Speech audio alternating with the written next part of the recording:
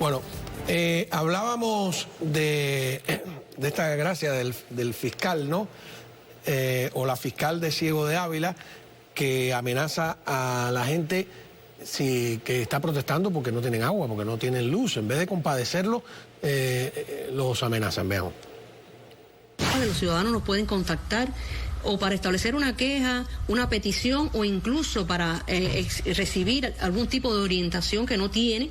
Y entonces, evidentemente, esto hay que tenerlo en cuenta a la hora de reclamar un derecho. Por eso es que le explicábamos anteriormente cuáles son las vías que tenemos de manera pacífica y demás para reclamar un derecho, sin necesidad de por supuesto, traer a colación conductas de esta manera que, lejos de favorecer esa situación en la que nos podemos encontrar en un momento determinado, lo que harían sería entorpecerla. Entonces, una reflexión en cuanto a eso, ¿ves? No transgredir, ir más allá del simple reclamo de un derecho, porque lejos de favorecer, lo que hace es perjudicar a ese propio conciudadano que está ahí a la orilla de nosotros con las mismas vicisitudes y dificultades que tiene hoy un ciudadano en las contingencias que se presentan, y pueden llegar entonces a tener otro tipo de repercusión, y antes tendría que entonces intervenir la Fiscalía en el término de la represión desde el derecho penal, poniéndole penas que en definitiva a ninguno nos complace. Tradúcelo al español. O sea, directamente, no salgas a reclamar tus derechos porque te vamos a reprimir. Es lo que ha dicho, ¿no? Directamente. Que lo está repitiendo además lo que dijo Díaz-Canel también el otro día. O sea, y además hay otro fiscal también que dice lo mismo. Al final tiene que ver con lo que estamos hablando. O sea, no hay manera de que tú mantengas a un país apagado, sin servicio de agua, y que tú pretendas que esas personas no van a protestar y van a reclamar que los administradores ineficaces que hay en ese país se vayan.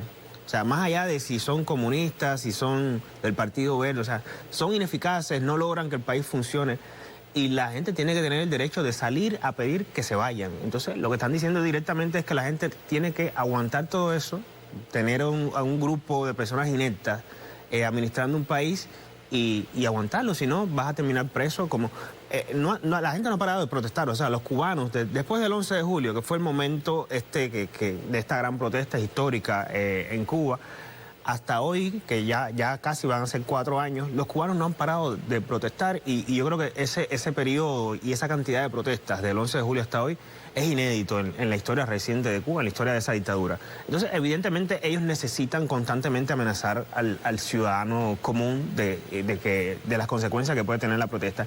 Yo creo que están alargando un problema que al final del día, o sea, lo que puede suceder es que llegue un momento de una gran explosión social, incluso superior en envergadura a la del 11 de julio. Eso está a la vuelta de la esquina, porque no hay manera de mantener a un pueblo. Un pueblo puede soportar, como ha soportado el pueblo cubano, muchas cosas, pero eso tiene un límite.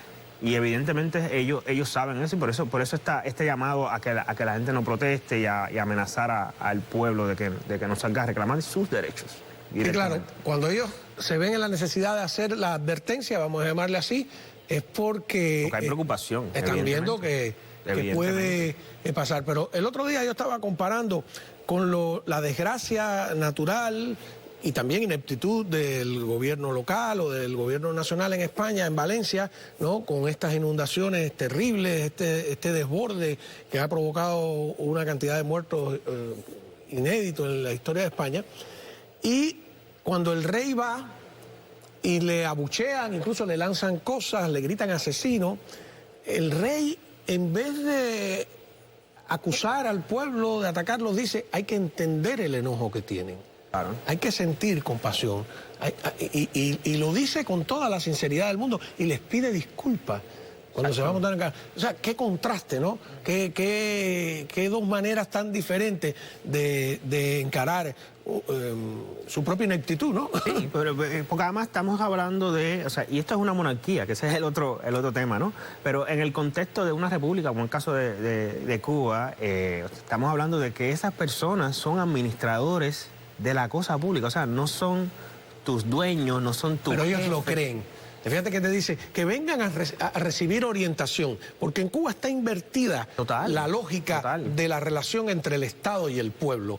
Es como que los pobladores son empleados de los dirigentes, y no al contrario, cuando en realidad en un país civilizado, en una democracia, los que están en los puestos públicos son los empleados del pueblo, como aquí tú tienes cada 4 años la posibilidad de darle trabajo a esos trabajadores públicos, a esos empleados, a esos gobernantes, o de quitárselo, ¿no? Votando contra ellos. Ellos están a tu servicio y en Cuba sucede al revés. Y hay que volver a poner en su lugar la relación entre el Estado y la población. Y no hay manera en 65 años, 66 en enero, de tú despedir a esos empleados públicos ineptos. O sea, hace 65 años los cubanos no pueden despedir a los empleados públicos ineptos que están al frente del gobierno. Y si intentas despedirlos, bueno, recibes esta amenaza o terminas en prisión, como está Luis Manuel Otero, como es terrible, ¿no? Más de 1000 personas. Está también la cumbre iberoamericana en este momento, creo que es en Ecuador.